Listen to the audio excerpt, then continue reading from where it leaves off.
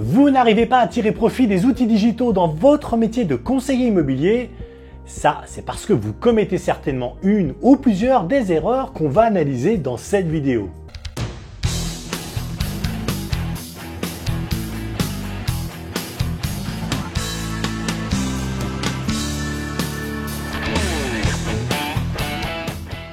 Bonjour, je suis Frédéric Epler, fondateur de Facilogie.com.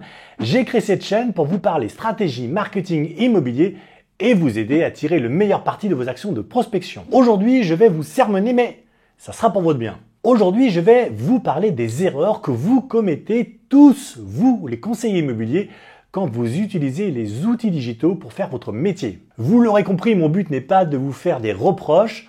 Ce que je veux, c'est vous aider à vous améliorer avec le digital, faire en sorte que vous réussissiez à mettre au point une stratégie qui fonctionne pour votre enseigne ou pour vous-même si vous êtes indépendant. Ce que je veux, c'est vous aider à ne plus commettre ces erreurs si vous employez déjà le digital ou bien vous empêcher de les commettre si vous commencez à communiquer en ligne. Pour ça, on va identifier ensemble les erreurs les plus fréquentes liées à l'immobilier digital et voir quelles sont les bonnes pratiques à adopter pour changer la donne. Et si vous suivez les conseils donnés dans cette vidéo, vous constaterez un réel effet positif sur vos résultats. En somme, aujourd'hui, on va faire de la critique constructive. Et oui, c'est possible. Une précision d'ailleurs, c'est que les erreurs analysées dans cette vidéo sont basées sur des comportements que j'ai personnellement constatés au sein de Facilogie ou bien des erreurs que j'ai commises moi-même lorsque j'étais agent immobilier. Il s'agit donc d'un condensé de mon expérience avec les outils digitaux et avec les conseillers qui les utilisent. Allez, c'est parti! Erreur numéro 1 du digital, mais pas d'objectif. La première erreur que font tous les conseillers immobiliers qui se lancent dans le digital, c'est de travailler à vue sans stratégie. On envoie une newsletter ici ou là quand on a le temps de la rédiger. On fait des vidéos parce que les concurrents le font déjà et qu'on ne veut pas rester en arrière. On crée un site web pour son enseigne, mais là, on le laisse à l'abandon et on ne produit pas de contenu.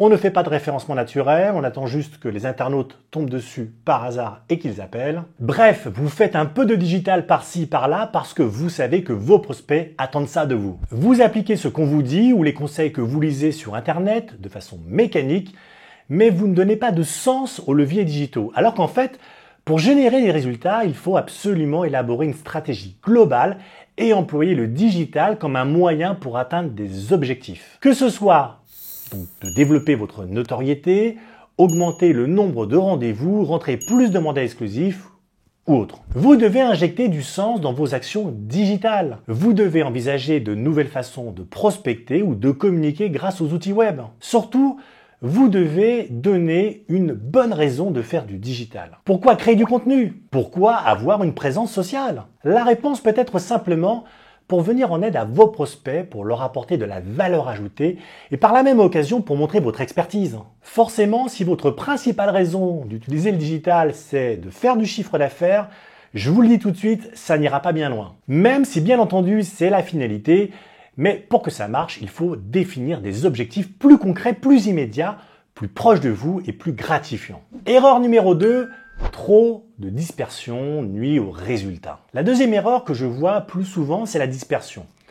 Vous allez trop en faire et surtout vous voulez tout faire à la fois. Vous essayez un peu d'emailing, vous faites ensuite un petit peu de vidéo, un peu d'Instagram, un peu de blog, un peu de tunnel de vente, etc. Mais on sait bien, en faisant un peu de tout, vous ne faites rien à fond. Résultat, ça ne fonctionne pas. Et puis en plus, ça génère de la frustration. Et vous finissez par abandonner pour retourner à la pige. Parce que si ça ne donne rien, pourquoi insister? Très souvent, cette dispersion s'accompagne d'une sorte de bouillonnement éphémère. On en fait trop et trop vite. L'exemple type, c'est le conseiller immobilier qui envoie 5 emails différents par jour, qui fait 15 publications par semaine sur les réseaux, avec des réels, des stories, des vidéos live, qui écrit 10 articles de blog et un livre blanc par mois, bref, qui publie n'importe quoi, n'importe quand, sans régularité, sans planning, en fonction de ses envies. Le problème, c'est que ça prend un temps de dingue et pour des résultats qui, on va le reconnaître, ne sont pas à la hauteur. Rappelez-vous l'adage « qui veut voyager loin ménage sa monture ». Il est pas mal l'adage là, j'ai un peu cherché quand même. Non, je vous sors pas des trucs n'importe comment, on est bien d'accord. Et ça s'applique très bien dans ce cas. Le marketing digital, c'est pas une course de rapidité, mais un marathon. Ce qu'on veut, c'est tenir la distance et produire des résultats sur le long terme. Avec le digital, vous n'allez pas générer des contacts tout de suite, mais créer un socle de confiance sur lequel vous allez édifier des relations longues avec vos prospects de façon à rentrer des exclusivités dans plusieurs mois, voire dans plusieurs années. Pour ça, il faut commencer doucement. Mettre en place une routine simple, pas trop lourde à gérer, qui n'empiète pas sur d'autres tâches essentielles de votre business et qui ne vous fait pas non plus travailler jusqu'à minuit tous les jours. Sinon, vous allez vous épuiser. Pensez bien à une chose.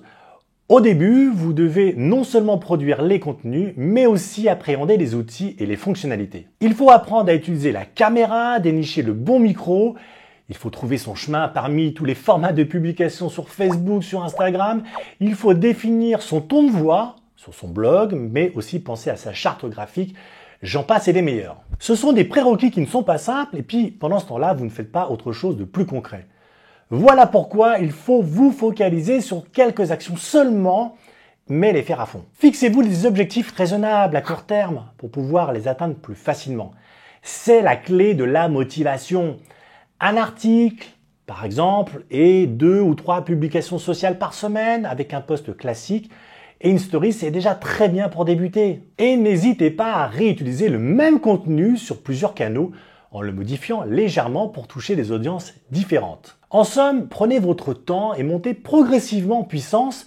Vous verrez que les résultats viendront d'eux-mêmes et qu'ils seront plus pérennes. Tiens, l'erreur que je vois maintenant serait de ne pas me lâcher un petit j'aime pour me soutenir et à vous abonner à cette chaîne en cliquant sur la petite cloche. Comme ça, vous serez tenu informé de mes prochaines vidéos et vous augmenterez vos compétences en marketing immobilier et en prospection digitale. Bon allez, ok, je retourne à la suite des erreurs.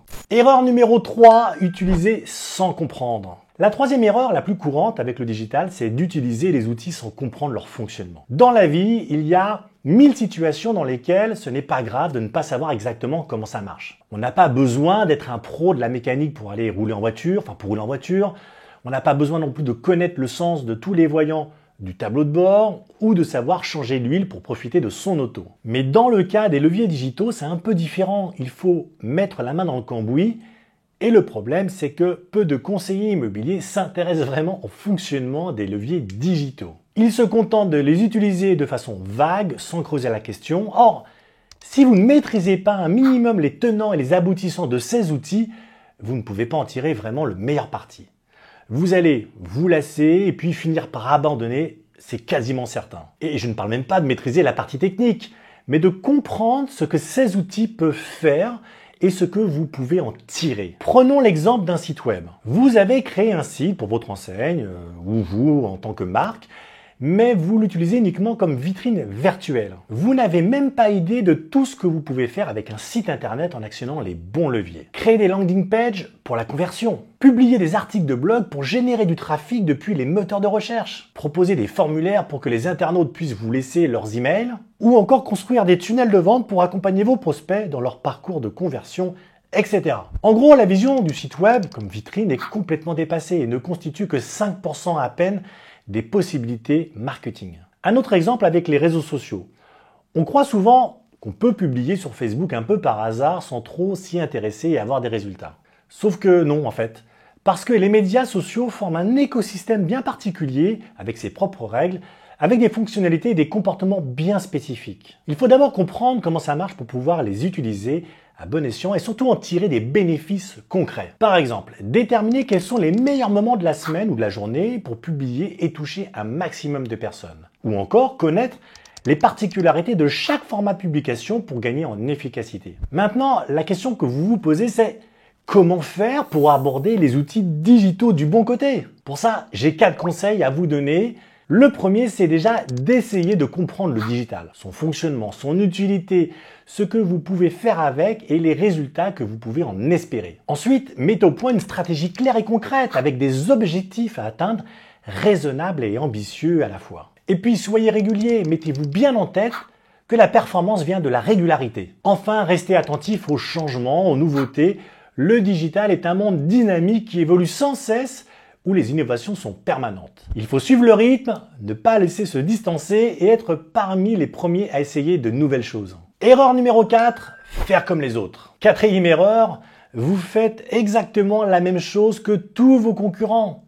Vous produisez les mêmes contenus, les mêmes vidéos, les mêmes publicités en ligne quand vous le faites. Et en toute logique, on est censé utiliser le digital pour se différencier. Mais dans les faits, on constate que les conseillers immobiliers font presque toujours la même chose. Et c'est exactement ce que les prospects leur reprochent, d'être tous les mêmes et de communiquer de la même façon sans valeur ajoutée. Voilà pourquoi ils n'arrivent pas à se dire qu'un conseiller ou un autre, c'est bonnet blanc et blanc bonnet. Résultat, votre com en ligne est lisse, banale et sans aspérité. Vous n'êtes qu'un conseiller parmi tant d'autres qui adoptent le digital sans plus et on peut vous remplacer par n'importe qui d'autre. Pourquoi vous en êtes arrivé là? Pour éviter la critique? Parce que vous avez peur de mettre en avant votre personnalité, de faire quelque chose d'original qui n'appartient qu'à vous. Ou encore vous craignez le regard des autres? Qu'en dira-t-on? La rumeur? Ah regardez, c'est le conseiller immobilier Y qui fait le clown sur Instagram. Et alors? Si vous aimez faire le clown sur les réseaux sociaux, faites-le. Si c'est là un trait saillant de votre personnalité, si ça vous rend plus authentique, bah foncez. C'est justement ce qu'on attend de vous sur le web. Vous devez trouver votre élément différenciant. Identifier ce qui vous rend unique et l'utiliser dans votre communication professionnelle. L'idée, c'est de ne pas rester un conseiller de plus sur le secteur, mais d'avoir votre propre identité aux yeux des prospects. Ce qui peut être un simple détail, vous aimez les bonbons, vous avez une âme de cuistot ou bien, je sais pas moi, une composante essentielle de votre personnalité. Vous avez de l'humour, vous avez un rire original ou encore une façon particulière de vous habiller. Pour le reste, je vous renvoie à la vidéo qu'on a faite sur le personal branding.